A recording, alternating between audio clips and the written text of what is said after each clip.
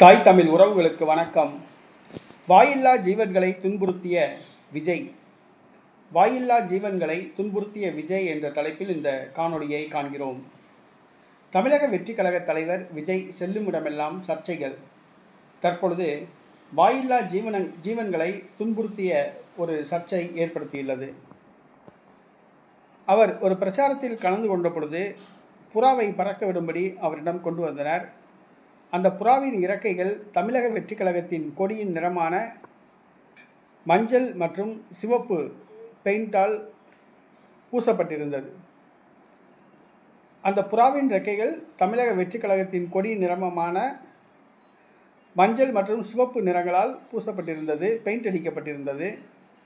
அதை வாங்கி பறக்கவிட்டார். தொண்டர்கள் கரகோஷம் எழுப்பினர். புறாவின் நிறம் வெள்ளை. இதுதான் இயற்கையானது. புறாவுக்கு பெயிண்ட் அடித்தது மிகவும் தவறான செயல். மனிதனுடைய உடம்பில் பெயிண்ட் அடித்தாலே அதை கழுவுறதுக்கு கரோசின் போட்டு மண்ணெண்ணெயை ஊற்றி சோப்பை போட்டு தேய்ச்சி அதை போகிறதுக்குள்ளே போதும் ஆயிரும். நமக்கே வலி வந்துடும். அப்படி தேய்ச்சி எடுத்தால் தான் போகும். இன்றைக்கி புறாவுக்கு பெயிண்ட் அடித்து விட்டுருக்காங்க. அந்த புறாவுக்கு அடித்த பெயிண்ட்டை யாரும் கழுவி விட போகிறது கிடையாது. புறா பறந்து போயிடுச்சு.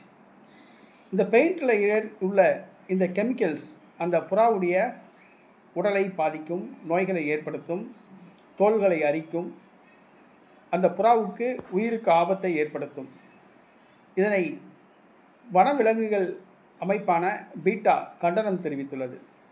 நடிகர் விஜயின் செயலுக்கு கண்டனம் தெரிவித்துள்ளது. நடிகர் விஜய் மேல் வழக்குகள் பாயும் என எதிர்பார்க்கப்படுகிறது. ஆர்வக் கோளாறினால் இந்த மாதிரி செய்துள்ளனர். இது மிகவும் தவறான ஒரு செயல். புறாவுக்கு மஞ்சள் பெயிண்ட் சிவப்பு பெயிண்ட் அடிப்பதோ, காக்காவுக்கு வெள்ளை பெயிண்ட் அடிப்பதோ, நாய்க்கு புலி மாதிரி பெயிண்ட் அடிப்பதோ மிகவும் தவறான செயல்.